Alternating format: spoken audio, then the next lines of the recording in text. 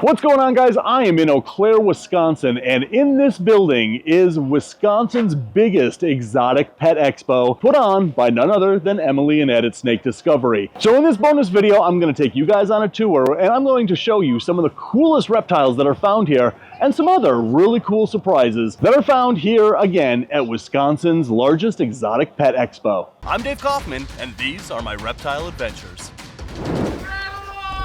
So at any expo like this, you're going to find a lot of ball pythons, and right over there at Proper Royals, he's got some of the most amazing ball pythons you're going to find at this expo, other than my table. All right, so this is Adam at Proper Royals. How you doing? I'm good. How are you?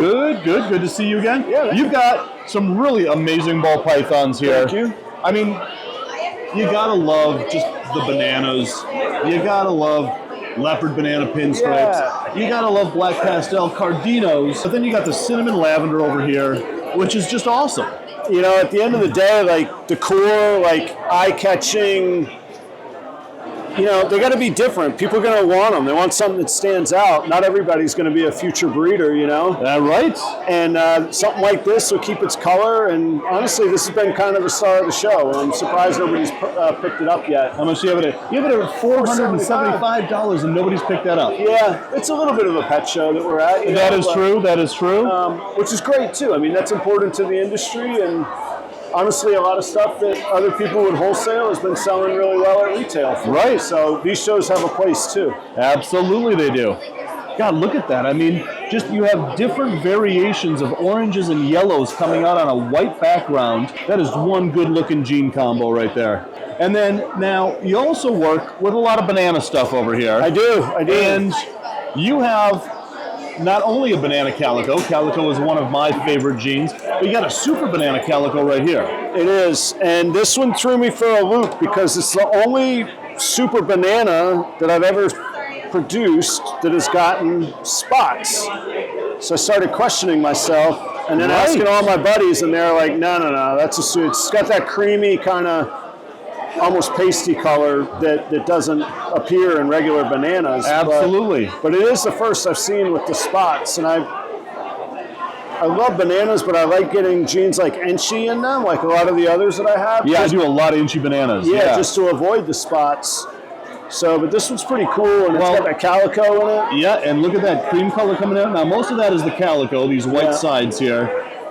But yeah, that is way too kind of bleached out to be just a banana. That looks very super to me. Yeah. And you don't see a lot of super bananas in the world, and I just don't know why. I would think that with now that we have more female bananas and more female maker bananas, I think a lot of breeders think that they're like too quote pet grade or too quote basic, but I mean that's a beautiful animal. Yeah, I don't think that's basic. I don't either. And a super banana, he's going to produce nothing but bananas. That's, you know, it's great stock, and it's a great and they're still beautiful. They're still eye-catching and just so unique for you know, a new owner or even an experienced owner. 100%, I agree. Yeah. All right, well, let's move on here real quick because I see an Enchi Candino. Yep. Another beautiful, you know, very yellow, very orange snake that's just really eye-catching.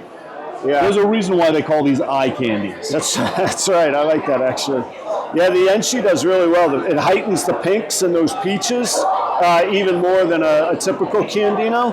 And the great thing with the Candinos is they're going to keep their colors. They're not going to get spots like a lot of bananas. Right. And again, just eye-catching, really entertaining things. And again, I know some breeders get kind of snobby about certain genes, but really, it's a beautiful snake. It's a beautiful snake, and not only is it a beautiful snake, but you have this one at $375. So even if somebody wants it as a pet, it's a really good price just to have it as a pet. Yep. You know, you don't need to breed these snakes. No. You can just enjoy them. Again, buy them as a pet, love them, enjoy them.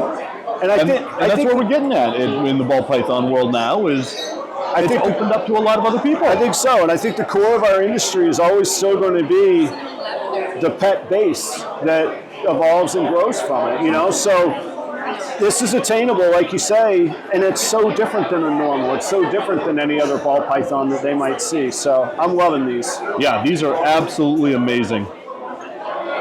Wow. All right, so got time to see one more coolness. Okay. I mean, like picking one coolness out of everything you've got here is just, but we've got an Orange Dream pinstripe pied here, and I'm a sucker for pieds. But you don't really, I mean, you see a lot of Orange Dream pieds. I produce a lot of Orange Dream pieds, but adding pinstripe to it, look at that. It just kind of makes that already jumbled pattern just into almost like this Rorschach Morse code type of thing. That is just amazing. And a lot of people forget pinstripe is not only a pattern changer, it brings in a lot of gold into combos. Right. So in this, where pinch pied is going to heighten oranges, then Orange Dream, and then the gold influence from the pinstripe. I love this boy. I think he's great, and I think I think that there's a long way to go on this. Something with hypo on top, or if somebody wanted to go really crazy with DG. I mean, these are genes that get overlooked because again, they've been around. Pinstripe's been around sort of one of the longest, but there's still cool things to be done. Absolutely. I mean, yeah, that gene is what now? 25 years old at this point. Yeah. And we're still making amazing combos with that gene. Other than my table, of course, you have some of the best ball pythons here at this expo. Thanks, Dave. Yeah, no, you actually have better ones than I do, but I hope I turned off my mic when I said that. I think I did. I'm pretty sure I did. I don't know. We'll see. Anyway, Adam, always great to see you. Always great to see your ball pythons. You're doing some really amazing work. Thanks so much, man. I appreciate it. Absolutely. And, thank you. And you're on Facebook. You're on, I think that's YouTube, right? Yep, Facebook, YouTube, Instagram. And Instagram? Yep. That's how to get a hold of Adam if you want one of his ball pythons. You can text me directly. There you go. There you go. Awesome. All right. Well, have a good show. Thanks for showing that stuff off. That's awesome. Man. Thanks. So the other thing that you're going to find at an expo like this are tons of crested geckos. Of course, crested geckos are without a doubt the most popular pet lizard out there other than bearded dragons and leopard geckos. Do you think crested geckos are more popular than leopard geckos or bearded dragons? Comment below, let me know. But my friend Rich is a brand new breeder of crested geckos, and this guy is knocking it out of the park. All right, so this is Rich at Creative Coral Lofus.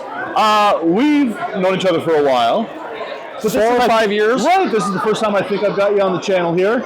You've got some amazing crested geckos. I mean, like really amazing crested geckos. How long have you been working with these guys? This is my 6th year breeding. 6th year, and look at what we've got here.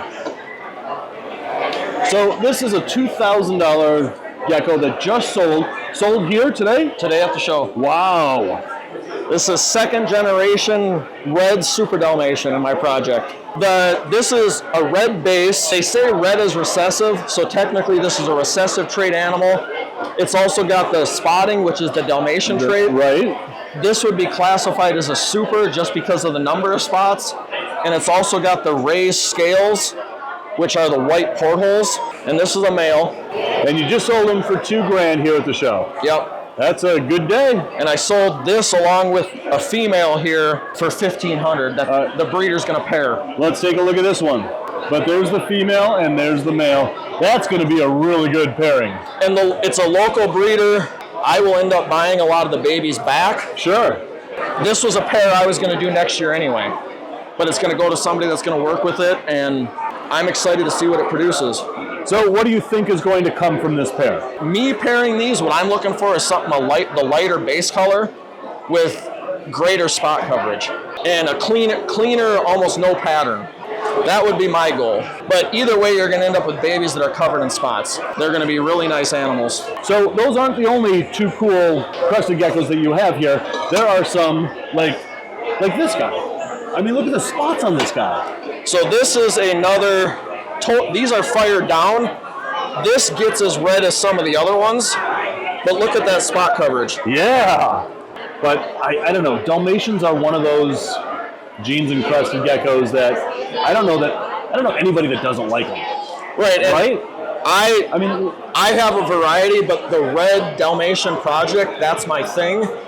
I've got 3 generations worth of breeding geckos in this display.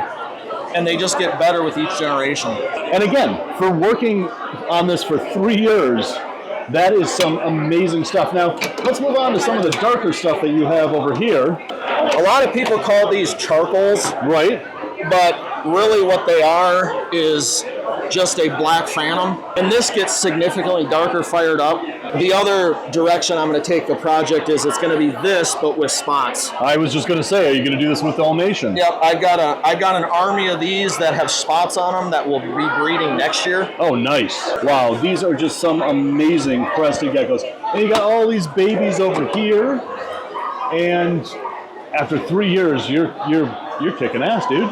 Yeah, I'm 3 generations deep into that, and that's 7 years worth of work. Wow. I mean, if you count the first generation that I bought as juveniles and then bred. How do people get a hold of you if they want one of your crested geckos? I'm on Instagram at Creative Corolofus. I'm on Facebook under the same thing. Thank you so much for showing off your stuff. This is really incredible. Thanks, Dave. All right, so I've known this dude since 2008, and now Dave's a customer. That's right. And a friend. That's right. And an awesome dude. That's And he has this glorious mane of hair. And Dave loves Ship Your Reptiles. Yes, Because- and with the amount of money that I save on using Ship Your Reptiles, I can afford some really nice shampoo. So for all your reptile shipping needs, visit shipyourreptiles.com or visit the link in the description below. Sorry, they don't sell shampoo. So one of the things at these expos that just doesn't get enough attention are the amphibians. And in those amphibians, axolotls just really don't get a lot of the attention that I think they deserve. You know, there's lots of dart frogs, there's lots of other amphibians, but axolotls are now coming up as one of the most popular amphibian pets out there. And there's a particular breeder here that is just starting out, and as a matter of fact, this is his very first expo ever, and we're going to meet him right now. All right, so this is Nate at M&A Axolotl. I just found out that you guys are in Minnesota. Yep. In Stillwater, one of my favorite towns in Minnesota. You are breeding some really incredible axolotls. Now, before I turn on this camera, you mentioned this is your very first expo. Yes. Ever. Yep. Wow, okay, so there's going to be a follow-up axolotl video coming because I'm coming to your place in Stillwater and I'm invading. Alrighty. All right, so what got you into axolotls over everything else that you could work with? So that's actually a funny story. These two actually bought 2 of them for their kids as pets. Yeah. It turned out they bought a male and a female, and they laid eggs, and we kind of just jumped into it with how many we had, and we've been just keeping the ball rolling. Wow, so how many axolotls do you guys work with? Right now, with the ones here, we have over 600 total. 600 axolotls. Wow, and there's not a drop of iodine in your house, is there? No, not at all. All right, well, let's see some of these awesome. I mean, you've got this guy right here that is just really awesome. Now, obviously, you can't pick them up and handle them, so I'm just going to film them like this. So tell me about this one. Well, she was a rescue. We actually rescued her recently, let her stay with us, made sure she was healthy, A-okay. She's a lavender, and her name is actually Lavender. But I like it, yeah. She's a sweetheart. She'll come up to the tank when she's hungry and give you the look of, hey, I'm ready to eat.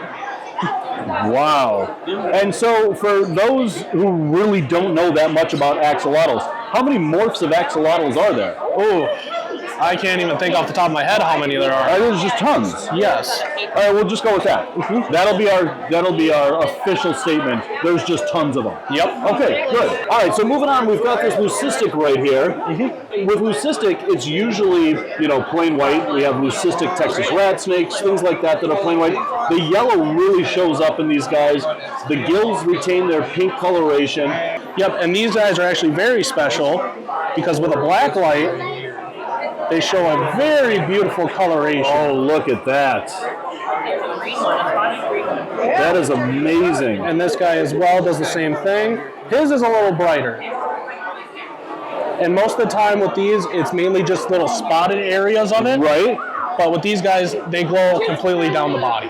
We got a couple beauties right here. We went from lightest colors to darkest going this way. Okay. Right here we have a melanoid. That's just beautiful. I love that color. That in between of dark and light. And in this morph, the spotted pattern is variable, isn't it? Yes. So no 2 of these are alike. Nope, the spots never are the exact same. These 2 are my personal favorites. I love that color on them, that darkish gray. Absolutely. This is another melanoid leucistic. And now these are obviously juveniles. Yes. Will they retain that color into adulthood? Most of the time, yes. As long as they're kept in a very good environment throughout the entire process, the color should stay.